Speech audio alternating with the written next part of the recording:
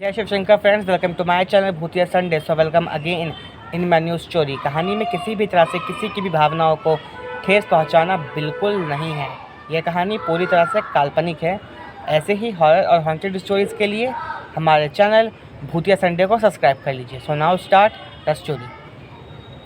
Ruchika, a topper of MBBS। Ruchika MBBS Bangalore से रुचिका ने top किया था। बेंगलोर के एक बहुत ही बड़े इंस्टीट्यूट से रुचिका ने MBBS में टॉप किया था और प्लेसमेंट में रुचिका को मुंबई दिया गया बाय कॉलेज।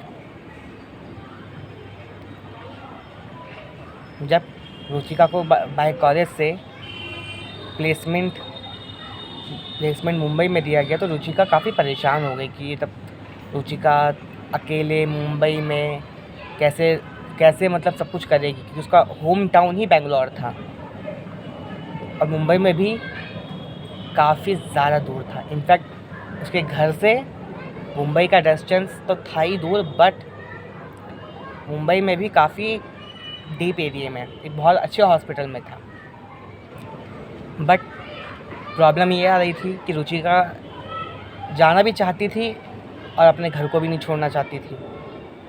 किसी तरह से रुचिका ने अपने मन को कन्विंस किया कि नहीं, उसको जाना होगा और हमेशा ऐसी प्लेसमेंट्स नहीं मिलती हैं। बट रुचिका ने कैसे भी करके अपने मन को कन्विंस किया, साथ ही साथ अपने पेरेंट्स को भी कन्विंस किया, बिकॉज रुचिका अपने मम्मी पापा की एक अकेली बेटी थी। उसी को उन्होंने खूब लाड प्यार से पाला पोसा, MBBS टॉपर बनाया। रुचिका ने अपने पेरेंट्स को भी कन्विंस कर लिया कि कुछ टाइम आप रुक जाइए, उसके बाद मैं जैसे ही वहाँ पे जॉब स्टार्ट कर दूँ, मेरी सैलरी आने लग जाए और मैं सेटल हो जाऊँ, उसके बाद मैं आप लोगों को भी वहाँ बुलाती रहूँगी। बिकॉज रुचिका के जो मम्मी पापा भी थे वो भी अपने होम टाउन को छोड़ के जाना नहीं चाहते थे कहीं। उनका सब कुछ वहीं था, उनके खेत, उनका घर, पुश्तैनी ज़मीन, हर चीज़ उनका बेंगलोर में ही था। वो लोग बिल्कुल भी छोड़ के नहीं जाना चाहते थे कि वो बेंगलोर को छोड़ के जाएं। रुचिका ने बोला कि मैं सेटल हो जाऊं, उसके बाद आपको हर महीने अपने यहाँ मैं बुलाती रहूँगी और कोई प्रॉब्लम नहीं होगी। सिर्फ अकेले मैं ही नहीं हूँ जिस मुंबई में, मेरे साथ के काफ़ी सारे स्टूडेंट्स हैं जो मुंबई में सेम हॉस्पिटल में हम काम करेंगे, और प्लीज़ अब आप मुझे परमिशन दे दीजिए। पेरेंट्स भी कन्विंस हो जाते हैं। रुचिका अपने ज्वाइनिंग के 1 वीक पहले ही मुंबई चली जाती है। इनफैक्ट रुचिका के सारे जितने भी साथ में स्टूडेंट्स थे जो मुंबई में प्लेसमेंट मिली थी एक ही हॉस्पिटल में, उस सब 1 हफ्ते पहले मुंबई जाते हैं। जाने से पहले ही एजेंट वगैरह से बात हो जाती है उनको कहाँ पे घर लेना है, रूम वगैरह सब कुछ, बिकॉज कहीं तो ठिकाना होना चाहिए। सबको रूम्स एक ही अपार्टमेंट में मिल गया था, बट रुचिका इसे ही नहीं मिला था एक अपार्टमेंट। जिस अपार्टमेंट में रुचिका के बाकी फ्रेंड्स जो स्टूडेंट थे बाकी जिस अपार्टमेंट में थे, उस अपार्टमेंट के बगल वाले अपार्टमेंट में रुचिका को रूम मिला था। रुचिका ने सोचा कि चलो कोई नहीं, कितना ही दूर है, सिर्फ एक अपार्टमेंट की बात है, अगर मेरी अकेले ही यहाँ पे प्लेसमेंट होती तो क्या मैं नहीं आती। इस चीज़ को लेकर रुचिका अपने आप को कन्विंस करती कि चलो कोई नहीं, ज़्यादा दूर नहीं है हम लोग। अब अगले दिन सब कुछ सेट करना था। एक दिन कैसे भी करके काम हुआ। अगले दिन घर का तो छोटा मोटा सामान होता है, लाइक किचन और गद्दे एक्सेट्रा, जो भी सामान था वो रुचिका ने सब कुछ अगले दिन ही सब कुछ इकट्ठा कर, सब कुछ खरीद लिया, कुछ नेक्स्ट डे खरीद लिया। रुचिका को एक अच्छा अमाउंट स्कॉलरशिप में भी मिला था, उसी स्कॉलरशिप से वो सब कुछ खरीद रही थी और अपने लिए एक अच्छा अपार्टमेंट भी बुक किया था ताकि उसे कोई प्रॉब्लम फेस ना करनी पड़े, जैसे लाइक चौल में जैसी प्रॉब्लम्स होती है उसको बिल्कुल पसंद नहीं था कि मैं चौल में या किसी कंजस्टेड एरिया में रहूँ। उसको थोड़ा खुला और अच्छा एरिया पसंद था, तब थोड़ा कंजस्टेड उसको बिल्कुल भी पसंद नहीं था। तो रुचिका ने अपना सब कुछ 3 से 4 दिन में सब कुछ सेटल हो गया। अगले 3 दिन के बाद ज्वाइनिंग थी, फर्स्ट डे हॉस्पिटल की। फर्स्ट डे इंटर्नशिप की ज्वाइनिंग थी, आप कह सकते हैं, बिकॉज अभी सिर्फ पढ़ाई कंप्लीट हुई थी। अभी इंटर्नशिप के साथ 1 ईयर इंटर्नशिप था, उसके बाद ही वो एक परफेक्ट डॉक्टर बनती। 1 ईयर इंटर्नशिप के बाद ही वो एक परफेक्ट डॉक्टर बनती। इंटर्नशिप में उनको पेड इंटर्नशिप थी, कोई प्रॉब्लम नहीं थी। 7वां दिन होता है, रुचिका अपने फर्स्ट डे ज्वाइनिंग में जाती है। 9 to 5 टाइमिंग थी। अपने टाइम को ख़त्म करके एज अ गुड डॉक्टर की पोस्ट को संभालने की काफ़ी काबिल थी। सब पेशेंट को अच्छे से ट्रीट करती, सब कुछ बहुत अच्छे से सब कुछ हो रहा था।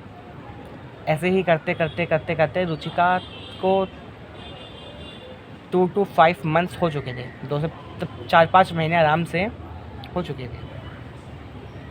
रुचिका को अपने अपार्टमेंट में नेटवर्क के काफ़ी इश्यूज़ आते थे। कभी ठीक से बात नहीं हो पाती थी उसकी पेरेंट्स के साथ। मतलब उसके अपार्टमेंट का जो उसका फ्लोर था वो सबसे टॉप फ्लोर था और उसको काफ़ी प्रॉब्लम होती थी। और उसके जो नेबर्स भी थे उनके यहाँ वाईफाई लगा हुआ था, ब्रॉडबैंड, इसलिए उनको प्रॉब्लम नहीं होती थी। और रुचिका भी काफ़ी ज़्यादा परेशान होने लगी थी अब इस प्रॉब्लम से कि उसके घर मतलब उसके रूम में कोई भी बिल्कुल भी इंटरनेट नहीं चलता था, किसी से कॉल पे बात नहीं हो पाती थी। उसको किसी से बात करनी होती थी तो उसको नीचे अपार्टमेंट के बाहर जाना पड़ता था या अपार्टमेंट के गार्डन में आना पड़ता था। इतनी ऊपर होने के कारण उसको नेटवर्क बिल्कुल नहीं आता था।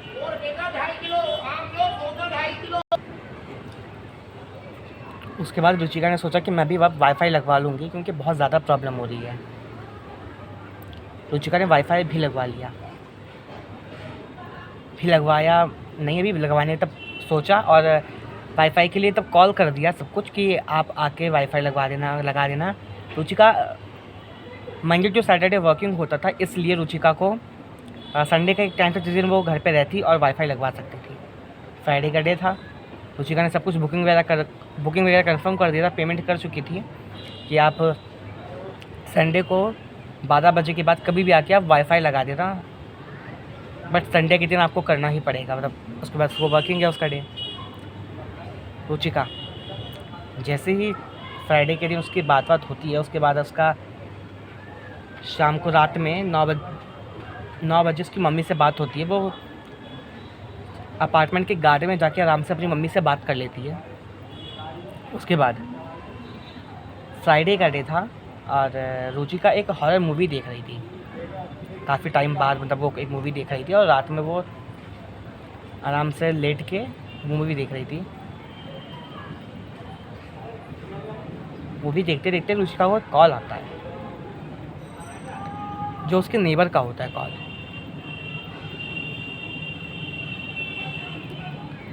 कॉल रुचिका के नेबर का होता है और रुचिका सोचती है रात के 12 बज रहे हैं और इस टाइम पे इनका फ़ोन क्यों आ रहा है, वाई, मतलब क्या हो सकता है। इस चीज़ को लेकर रुचिका काफ़ी परेशान थी, तो परेशान हो गई कि इतने तक 4-5 महीने मुझे हो गए, आज तक इनका कॉल नहीं आया, आज वो भी इतनी रात में कॉल आता है और सोसाइटी में रूम में तो बात भी नहीं हो सकती है। इसलिए रुचिका फिर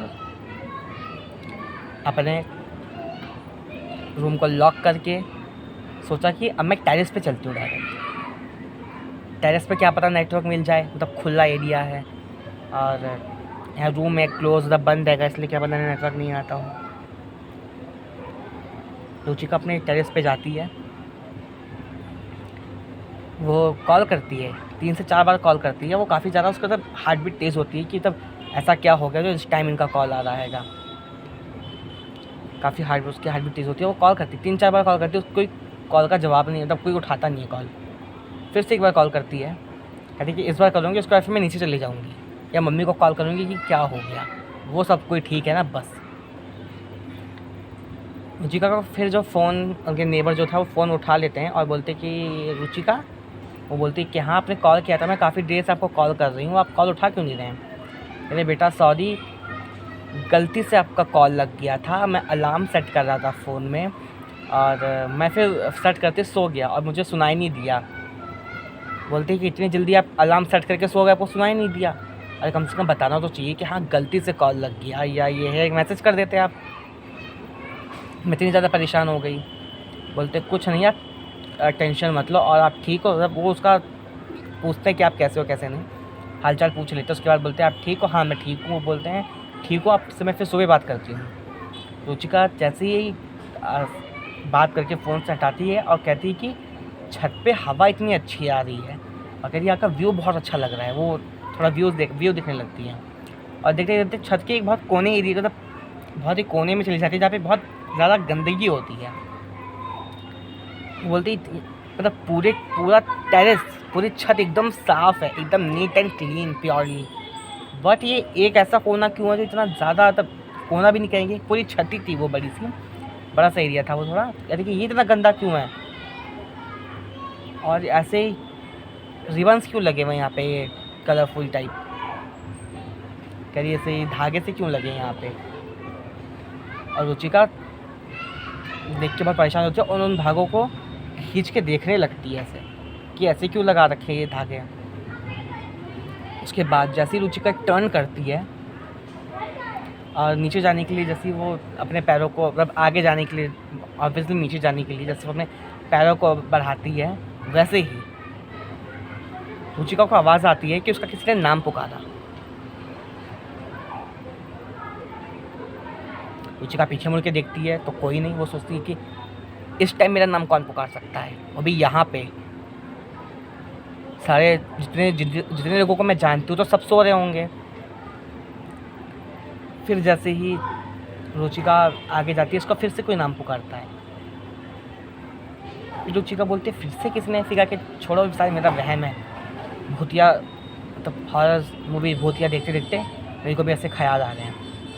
वो जाती है और सीढ़ी से नीचे उतरने लगती है और उसको ऐसा लगता है कि वो नोटिस करती है कि उसके कदमों के आहट के साथ साथ किसी और के भी कदमों के आहट आ रहे हैं। रुचिका ये देख के एकदम से शॉक हो जाती, मतलब सुन के शॉक हो जाती है, क्या मेरे, अब जैसे पुरछी मुड़ती तो कोई नहीं होता, फिर शॉक हो जाती है कि यार ऐसे कैसे हो सकता है कि डबल लोगों की कदमों की आहट आ रही है और हूँ मैं अकेली। फिर कह रही है मेरे 2 पैर हैं इसलिए। रुचिका मतलब अपने दिमाग को शांत करने के लिए वैसा बोलती है। रुचिका फिर अपने रूम को ओपन करके अपने रूम में चली जाती है और अपनी मूवी को कंटिन्यू करती है। रुचिका को लगता है कि उसके साथ कुछ अजीब सा हो रहा है, तब वो मूवी देखते देखते नोटिस करती है इस चीज़ को कि रुचिका नोटिस करती है इस चीज़ को कि मूवी देखते देखते